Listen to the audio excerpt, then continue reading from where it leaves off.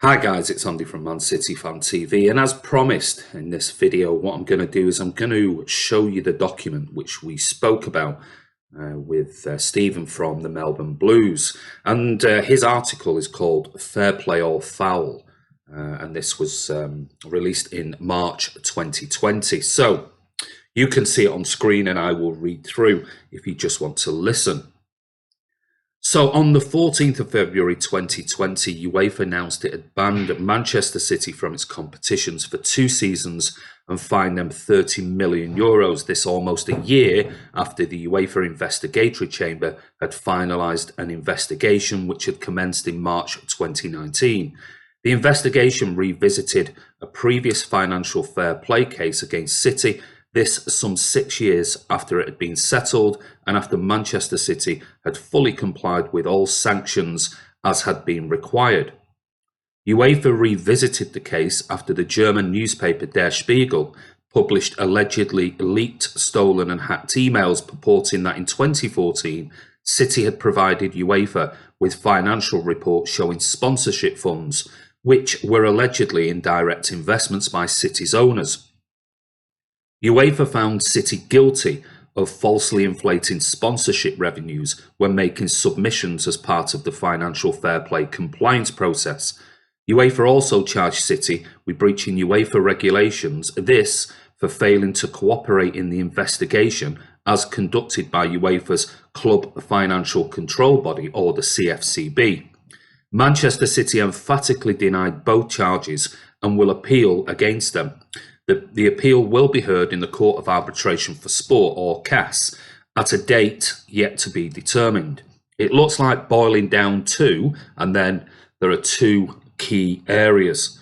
A, can UEFA prove any of the sponsorship money City declared was not sponsorship money, but actually a cash injection from the club's owners?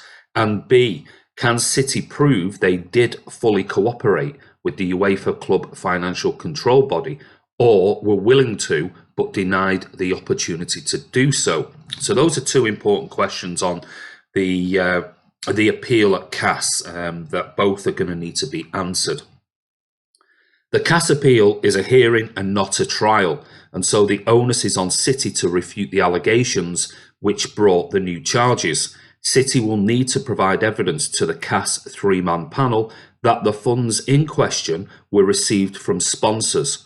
The matter is complicated regarding how UEFA's evidence is believed stolen or hacked, and so may not be admissible in CAS. However, even though such evidence would not be admissible in the courts of most countries, there are apparent precedents for CAS having found stolen evidence admissible. The question of if the evidence has been misinterpreted by UEFA will need to be considered.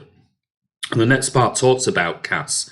It says CAS acts as a court of final appeal for decisions taken by competent sports authorities. The enforcement of their decisions is determined in accordance with Swiss law. The CAS appeal procedure is broad. It may review all of the facts and law presented in the first instance. It can hold hearings to facilitate its decisions. It can issue a new decision to replace the original one. It can annul a decision and remit the case back to the sports body or federation for further consideration, and parties may also arrive at a settlement during the proceedings. As one might expect, CAS operates in a more transparent way than UEFA and the UEFA Club Financial Control Body. Importantly, the CAS appeal process may allow new evidence to be presented.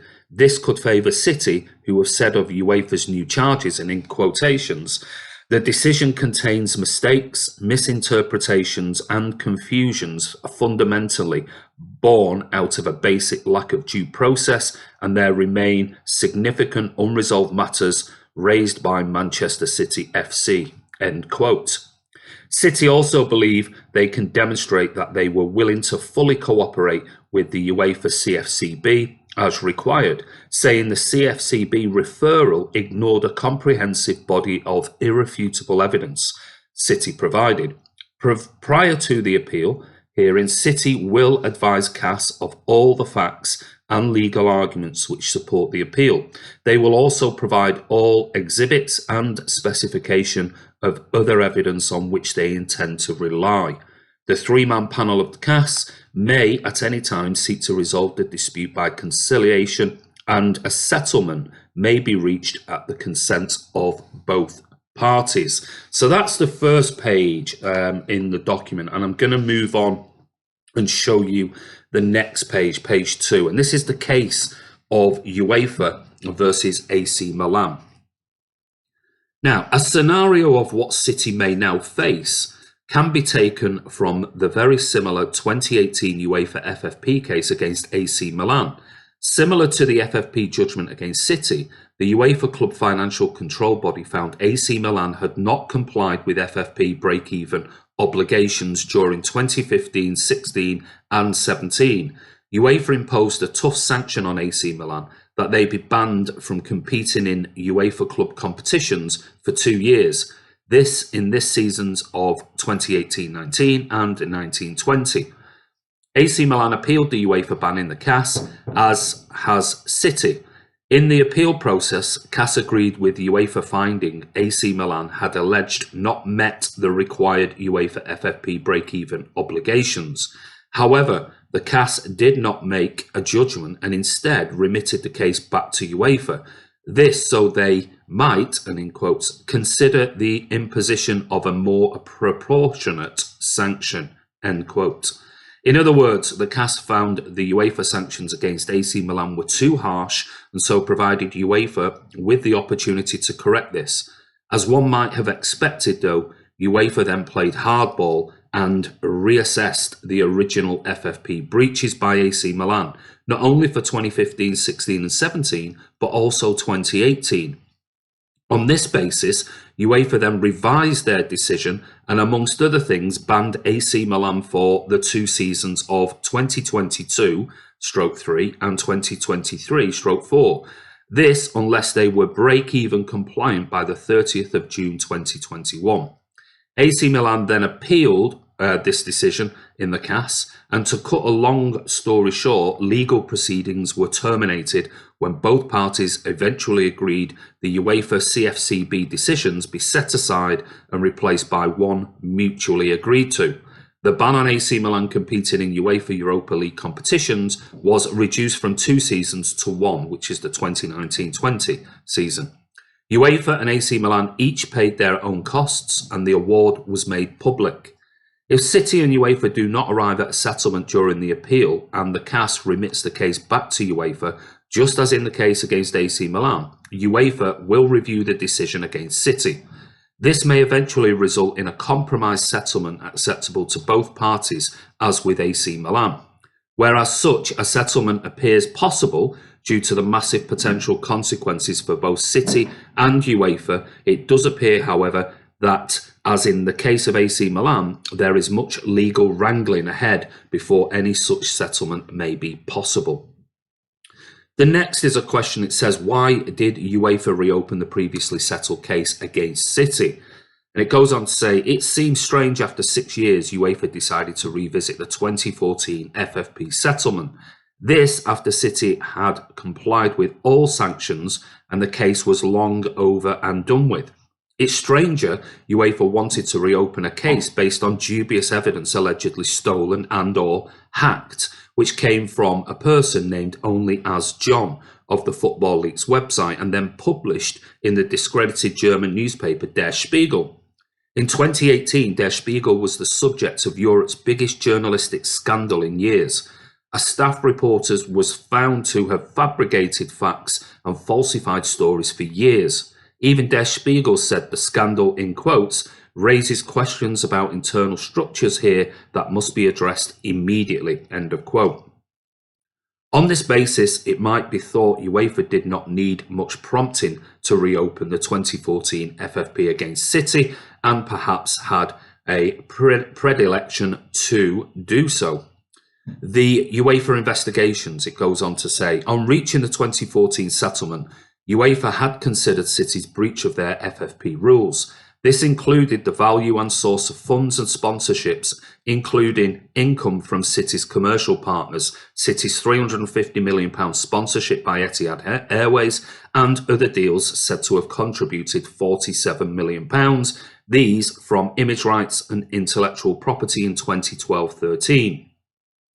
The settlement agreement was made saying, and this is in quotes, certain commercial partnerships were subject to examination. In order to avoid dispute and for the avoidance of doubt, Manchester City has agreed that for the period of settlement, it will not seek to improve the financial terms of two second-tier commercial partnerships.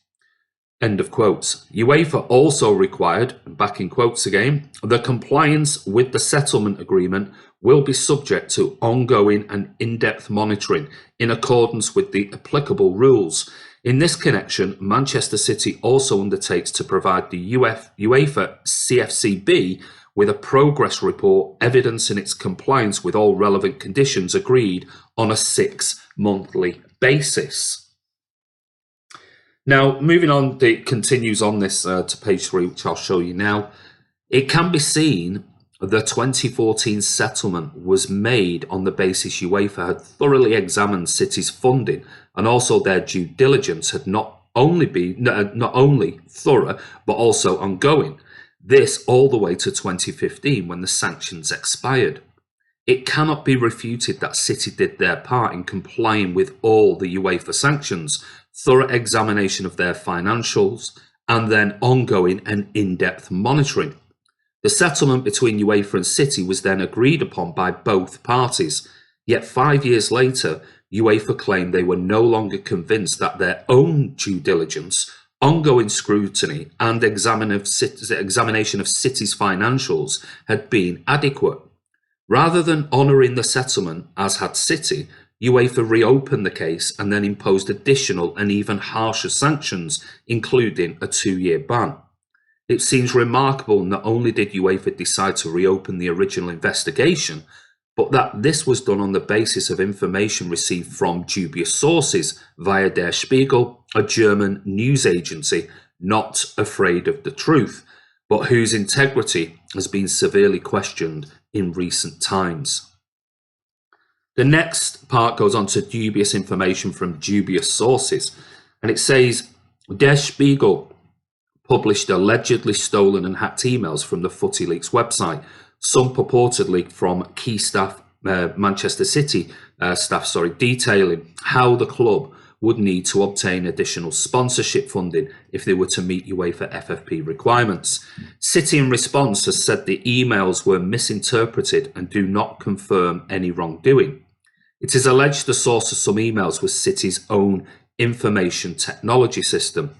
This is where it gets interesting, as the source of the allegedly stolen emails was only ever referred to as John of the Football Leaks website. It was claimed no computers were hacked to get them. However, John has been identified as Rui Pinto, who was originally charged with 147 criminal offences, including computer hacking, cybercrime, and breach of postal secrecy laws.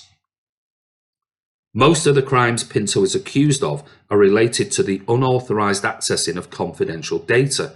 The most significant charge, however, concerns alleged extortion from the sports agency Doyen Sports. Portuguese prosecutors have said Pinto sought as much as €1 million from Doyen in return for deleting information belonging to them. Pinto denies the extortion claims. He has been in prison since March 2019 awaiting trial. The number of charges against Pinto have been reduced to 90, which means he still faces the prospect of up to 30 more years in prison if found guilty. It has been reported after being told City had been banned by UEFA, Pinto asked, "Why only for 2 years?" And then, "Why didn't UEFA call me?" It seems remarkable UEFA has apparently never actually made contact with the source of the evidence they believe justified reopening the 2014 FFP case against Manchester City. No matter how UEFA may claim the 2020 charges against City are new, it can be seen City have been tried twice for the same offence. the second time on the basis of UEFA having received this many years later allegedly stolen and hacked information from dubious sources. It must also be considered how, in contrast, Manchester City's financials always have and continue to be independently audited by a highly reputable accounting firm and are made available to the general public in City's annual reports. Manchester City has said, in quotes, "The club published accounts are full and complete and a matter of legal and regulatory record," end of quotes. So why did City accept the 2014 UEFA sanctions? In 2014, UEFA decided to punish City by combining sporting sanctions with a large financial penalty and also place many onerous future conditions on City, which in reality any club would have found extremely difficult to comply with. The UEFA sanctions were designed not only to make future seasons difficult for City financially, but also to hit hard on the football pitch. In addition to the heavy fine, other sanctions included restriction on squad sizes and player wages. City accepted the sanctions, but claimed the club was innocent and had actually complied with the UEFA FFP rules. City explained they had reluctantly decided to accept UEFA sanctions in order to provide certainty for the future, which would allow them to move on. And it continues on the next page, which I'll show you now. The UEFA sanctions against City were extremely onerous, so much so that one might expect UEFA may have designed and delivered them with the expectation they would be virtually impossible to meet.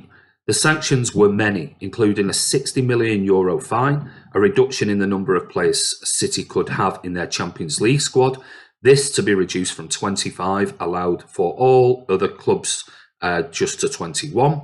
To make it even more difficult, 8 of those 21 players would need to qualify as being homegrown. The sanctions did not end there. City were also forced to commit to posting a financial loss of no more than €20 million in 2014, and just to make it more difficult, UEFA demanded this loss must be halved to just €10 million in 2015. Enough is enough, one might expect, but not for UEFA, who imposed even more sanctions on City, including a cap on players' wages, which had to remain at current levels, not just for one, but for 2 seasons. Yes, there's more. City also had to agree to limit spending in the transfer market, again, not just for 1, but 2 seasons. Never before had UEFA imposed so many and such onerous sanctions on any club, sanctions designed to affect club performance both on and off the football field. City rightly expected, should they somehow miraculously be able to comply with all of the many onerous and broadly based sanctions, then UEFA would be equally ethical in meeting their part of the bargain. This ensuring the UEFA FFP case against City would not only be brought to a conclusion, but also never revisited. So next, where did City go wrong? A big mistake by City was, as explained in the previous paragraph, is that they assumed UEFA would be ethical in meeting their part of the bargain. This in ensuring the settled FFP case had been brought to a final conclusion, never to be revisited. Although City accepted all of the UEFA sanctions, acknowledging they had combined losses of £150 million during 2 seasons under consideration, 2011-12 and 2012-13, they had argued they should have been judged to have passed UEFA's FFP test. This because there was, in quotes, a fundamental disagreement regarding how the UEFA FFP rules for players bought before June 2010 were interpreted. The disagreement concerned how UEFA FFP supposedly allowed for wages on contracts to be discounted, yet UEFA then determined this was only for 1 season of 2011-12. City advised they believed they had complied with the FFP regulations, but then reluctantly accepted the onerous UEFA FFP sanctions, saying, in quotes, "At the heart of discussions is a fundamental disagreement between the clubs and UEFA's respective interpretations of the FFP regulations on players purchased before 2010. City then went on to say, in quotes, "In normal circumstances, the club would wish to pursue its case and present its position through every avenue of recourse. However, our decision to do so must be balanced against the practical realities for our fans, for our partners and in the interests of the commercial operations of the club, end quote. City had accepted all of UEFA sanctions on the expectation, if complied with, they would be lifted. And then at the end of the 2015-16 season, the FFP case against City would be settled, never to be revisited. City did meet all their obligations and complied with all the UEFA restrictions and conditions. City were even reimbursed €40 million of the €60 million UEFA fine for having done so. So the case was over and done with, or so City might have thought. City then went on to become a profitable, self-sustaining football club and has broken even or made a profit in each of the last 5 years, which is verified in the Manchester City financials, which are released every year after having been independently audited by a reputable accounting firm. Furthermore, even though City is a club belonging to a privately owned business, its financial reports are published in its annual reports, which are readily available to the general public. City certainly fulfilled their part of the bargain. Why then would UEFA want to impose further FFP sanctions on a club which did all that was requested of them? It appears, however, City did not obtain an unconditional settlement, one with no recourse if they were to meet all the conditions and sanctions required by UEFA. City appear to have relied upon the goodwill of UEFA, an organisation whose credibility has never been the best and has become increasingly questionable. So that's the end of page 4, and I'm going to show you now page 5, which talks about FFP, but not for UEFA. Although UEFA are the self-appointed European football police and demand ethical behaviour and good financial management from the football clubs, which they allow to play in their competitions, UEFA itself can be seen as not always meeting the strict ethical and/or financial standards they demand from others. UEFA's credibility deserved to be questioned when they appointed Jean-Luc Dehaene to introduce and manage FFP. Dehaene had previously been in charge of the Dexia Bank, which in 2008 had to be bailed out by the Belgian and French taxpayers to the tune of more than €6 billion, and was only rescued when taken over by the Belgian government. How could UEFA believe such a person should be put in charge of their FFP? Why did UEFA, an organisation which then had a trend of financial losses, insist on acting as the financial regulator and police of European football? What made UEFA believe it was qualified, experienced, and had the credibility to interfere with football clubs' finances by introducing and then managing a system of FFP? So the next part is FFP, protector of the UEFA footballing family. When proposing FFP, and then UEFA President Michel Platini said, in quotes, "There have always been clubs that are richer than others, and there doubtless always will be.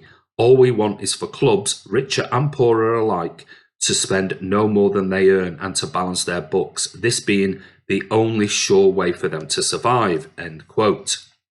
The above statement by Platini appears to demonstrate how he failed or did not want to appreciate how FFP would prevent owners of clubs like Manchester City from making investments which would ensure their clubs remain debt-free. Platini also apparently failed to appreciate how UEFA's FFP would allow the owners of UEFA footballing family, clubs like Manchester United, to go further into debt, this year after year, as they take money out rather than put money into their clubs. When elected as president of UEFA in 2016, the Slovenian lawyer Alexander Seferin pledged to strengthen the UEFA financial fair play measures put in place in 2009. UEFA proudly claimed due to their FFP, European football clubs reported €600 million in profits in 2017. This compared to the €1,700 million combined losses in 2011. It's not only a bit rich for UEFA to be taking all the credit for clubs' profitability, but they also seem to have lost sight of how European football under FFP is drowning in a sea of debt. When it comes to debt, UEFA might be seen to have rounded up the mice but let the elephants roam free. The reality is FFP is far from the financial panacea UEFA promotes it as. €600 million in profits for European football clubs pales into insignificance considering just one club has more debt than the annual profits of all clubs combined. The truth is, where debt is concerned, UEFA FFP has actually been bad for football, very bad. By UEFA's own figures, some of Europe's stars have massive debt. Star clubs, have massive debt, yet UEFA chase down City, a club which has very little debt. The UEFA League debt table as of January 2020 is as follows. 1. Manchester United, €568 million. 2. Tottenham Hotspur, €483 million. 3. Inter Milan, €461 million. 4. Atletico Madrid, €384 million. 5. Juventus, €372 million. 6. Fenerbahce, €334 million. 7. AS Roma, €312 million. 8. Valencia, €274 million. 9. AC Milan, €260 million. As can be seen, two big elephants are not even mentioned, the Spanish clubs Real Madrid and Barcelona. What their debts might be if it hadn't been for state aid doesn't bear thinking about. It can be seen the top 5 clubs, excluding Real Madrid and Barcelona, have debts of €2,268 million. Yet all European clubs combined made a profit of €600 million in 2017. This is hardly something for UEFA to brag about.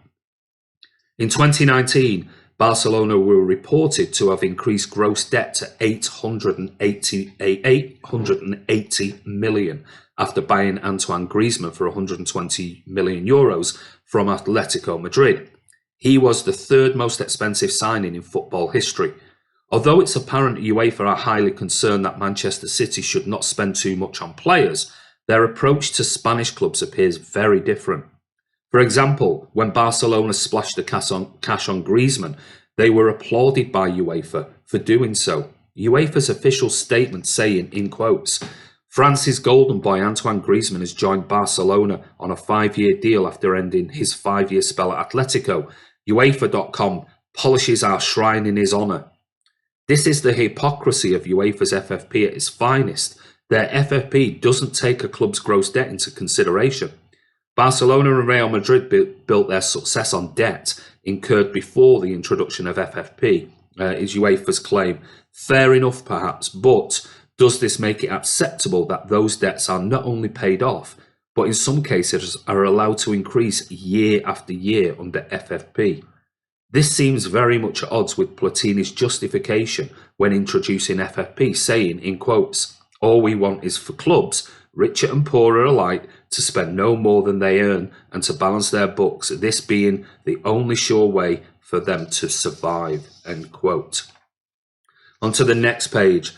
Of course, UEFA appear to have overlooked that Manchester City is not in any danger of going broke, and in fact, due to excellent financial management and business practice, is now a profitable and self-sustainable football club. It is interesting to compare City's financial performance over the last 7 years compared to UEFA's, which the graphs below help illustrate. And I will also try and bring up some additional graphs for you on this.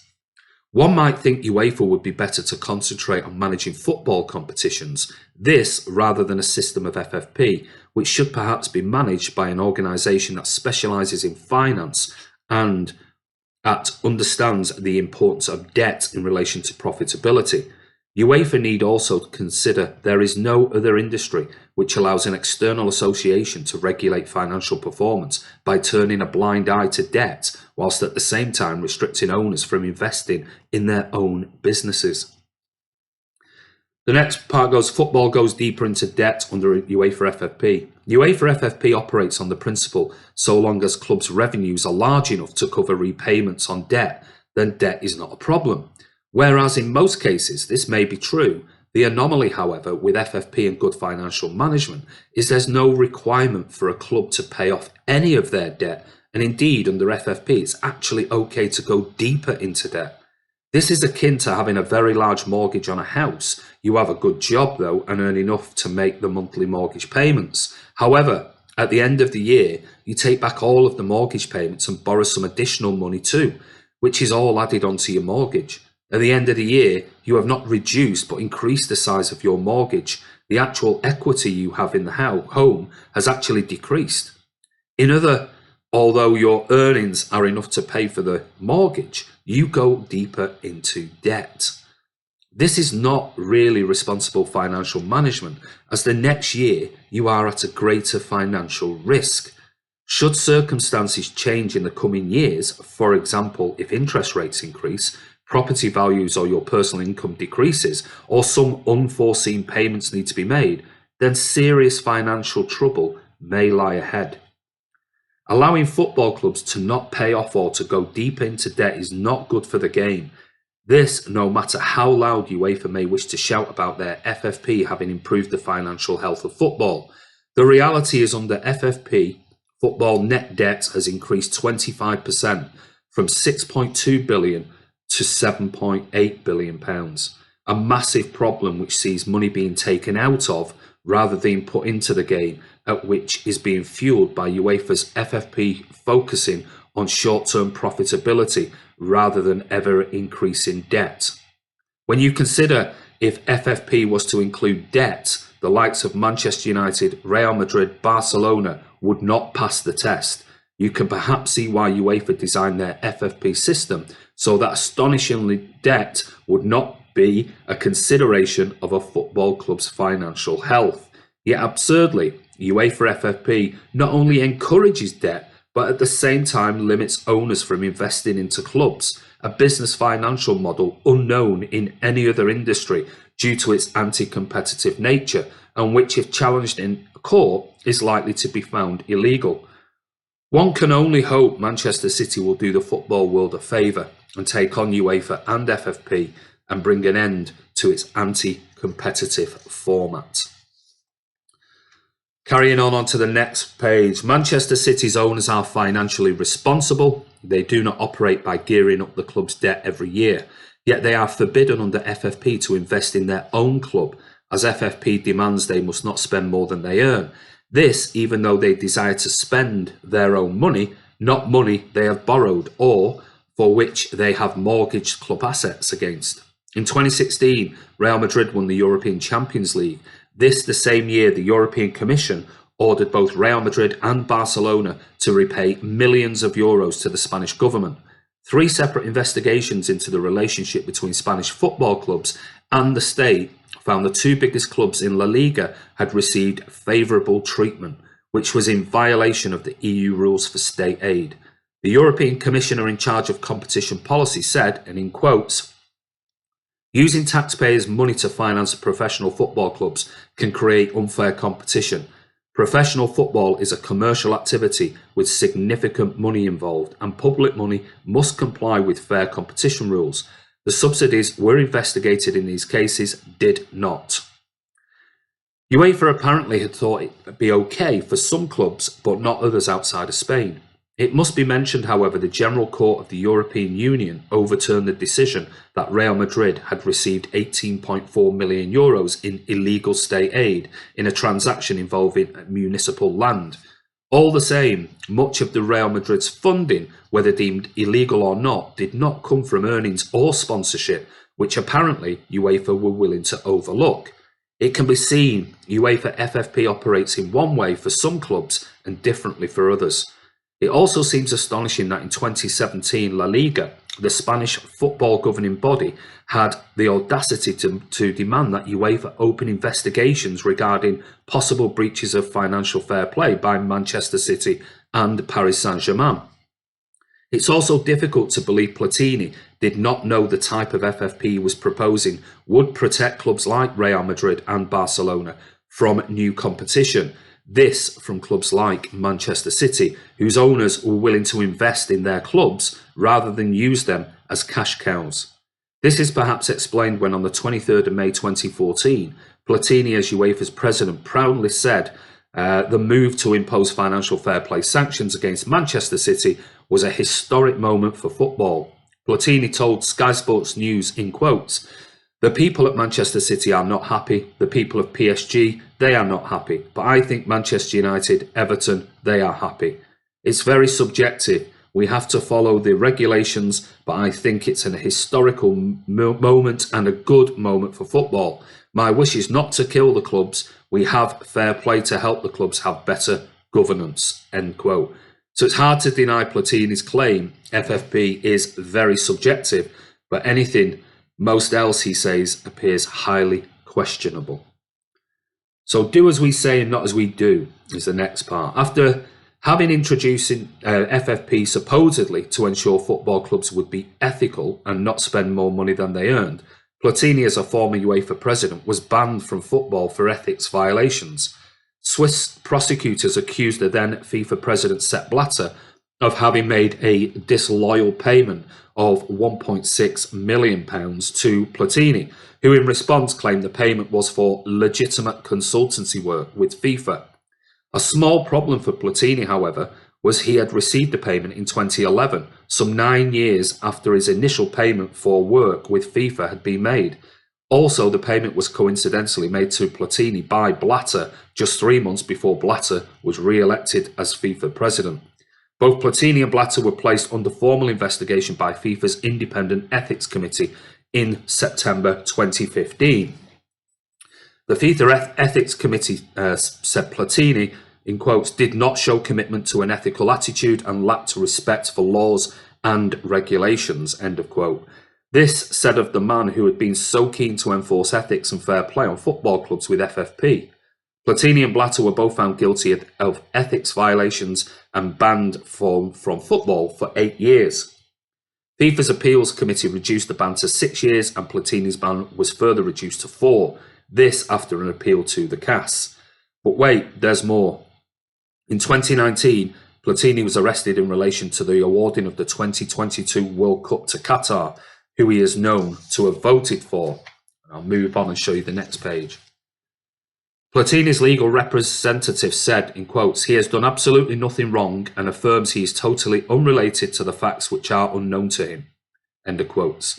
Platini insisted on his innocence, stating he had been the victim of a conspiracy to prevent him from becoming FIFA president, saying, in quotes, I'll come back. I do not know where, I do not know how, but I cannot stay on a suspension, even if it's a suspension made by morons, end quote. Platini also said, in quotes, I never felt suspended. How can a private company suspend someone from football, end quote, which is a question Manchester City might well ask of UEFA, along with how it is UEFA demands football clubs wanting to play in its competitions must meet financial and ethical standards, which their own senior personnel do not meet. UEFA FFP looks the other way, and this is the next part. Whereas UEFA were keen to enforce strict FFP on City, they seemed to be far more lenient when it came to Russian clubs. The Football League's website, The Black Sea, alleges they reviewed documentary evidence showing in the 5 years since the introduction of UEFA FFP, the Russian state has, via fake sponsorship deals, injected over 1.65 billion euros into Russian football clubs Zenit, Lokomotiv and Dinamo. They allege the practice still continues. Zenit is one of the most successful clubs in the Russian Premier League. It plays at the Gazprom Stadium in St. Petersburg. No surprise, as Zenit is owned by Gazprom, Russia's state energy company. Gazprom has revenues of over 100 billion euros per annum, providing Zenit with near limitless funding, which no doubt helped them to win the Russian Premier League title in 2009-10, 10-11, 11-12, 14-15 and 18-19. Zenit also won the UEFA Cup in 2007-8 and the UEFA Super Cup in 2008. In 2012, Gazprom funded Zenit to the tune of some 130 million euros, a significant breach of UEFA FFP rules. In 2013, Zenit attempted to justify the massive funding from their owners, advising without it they could not pay their players enough, would be forced to sell players, which would reduce their competitiveness, including in UEFA competitions. Zenit inferred compliance with FFP would have a negative effect on Russian football as a whole, which would likely peak in 2018, this on the eve of the World Cup, which was to be held in Russia. In May 2014, UEFA settled the case against Zenit with an agreement little more than a slap on the wrist for the wealthy club, a €12 million fine, squad reduction to 22 and a 2-year player salary restrictions, and no exclusions from UEFA competitions. In the same month, UEFA found City guilty of breaching UEFA FFP regulations, and they were hit with a fine, effectively 5 times greater. Other sanctions on City included a reduction in City's Champions League squad from 25 to just 21 players, 8 of which had to be English homegrown. City also had to agree to financial losses of no more than 20 million in 2014 and then 10 million in 2015. There was also a 2-year cap on player wages and strict limits placed on spending in the transfer market for the next 2 seasons. UEFA financial fair play, it seems, is fairer for some than it is for others. The next part is the ban plays on. Not much appears to have changed at UEFA. In February 2020, UEFA Executive Committee members and PSG President Nasser Al-Khelaifi was charged in connection with a bribery investigation. This less than a week after UEFA had banned Manchester City from its European competitions after having reopened the previously settled 2014 FFP case.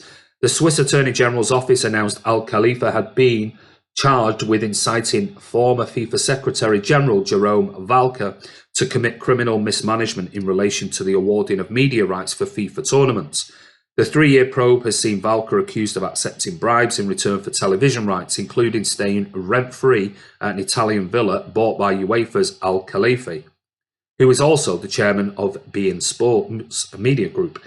It was said this allowed Valcke to avoid paying up to £1.5 million in rent, an amount he failed to disclose. UEFA claimed no knowledge of Al-Khalifi's activities. And let's move on to the second to last page now, and this is UEFA's moving goalpost.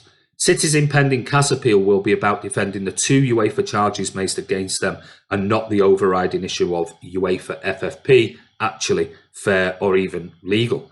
Manchester City, though, do appear entitled to claim the original UEFA case against them held water, partly because UEFA moved goalposts in 2013 regarding how FFP considered remuneration for players signed before 2010.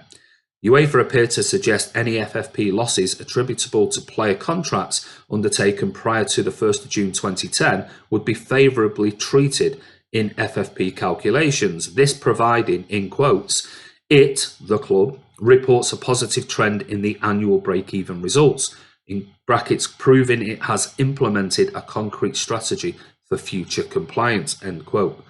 One might believe in reality this was not a concession at all, because did UEFA really have the authority to hand out sanctions to clubs for meeting contractual obligations made prior to the introduction of FFP? However, in 2013, UEFA advised of a different interpretation regarding the way player payments attributable to contracts signed prior to 2010 were to be treated. The changes meant, although City had always believed they had met UEFA FFP requirements, UEFA could now, due to their own ambiguity, view City as not having done so. Would it be cynical, assuming UEFA's change of approach to financial hangovers resulting from player contracts signed prior to 2010 actually helped engineer City's non-compliance? Whatever the CAS outcome, City may still want to take on UEFA regarding not only if FFP is fair, but importantly, if it's even legal. It has been said that UEFA's FFP restrictions on investment are not actually enforceable, as they are anti-competitive and a restriction of trade. This is part because business owners cannot be restricted in the amount they desire to invest in companies they part or fully own.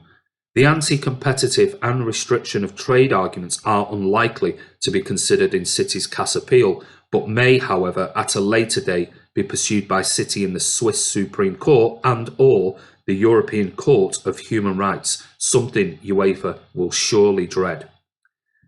The next question is UEFA fit to manage FFP? Well, most football supporters would agree there is a need for a genuine, responsible FFP system.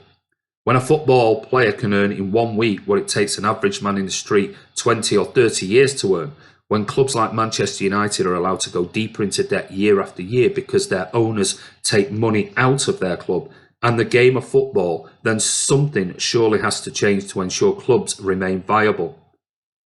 UEFA had the opportunity to implement an FFP system that would have helped reduce debt and at the same time level the playing field in a way which was fair to all clubs. UEFA, however, instead chose to introduce a bogus FFP system, one hiding under the guise of preventing clubs from going into debt by spending more than they earn, but which was selective, allowing some clubs to receive hundreds of millions of euros in non-sponsorship funding, yet at the same time preventing others from receiving the same. The harsh reality is UEFA FFP is a stinker. It restricts investment, encourages debt, ensures selected clubs in the UEFA's football family are protected from competition, and ensures new money clubs do not get to join the elite UEFA family. No matter what the result of the CAS decision, one can only hope Manchester City do the football world a favour and challenge UEFA's FFP, and in doing so, put an end to a football protection racket, a racket which has been allowed to, not very convincingly, masquerade a system supposedly promoting financial fair play. And on to the final page, the end game.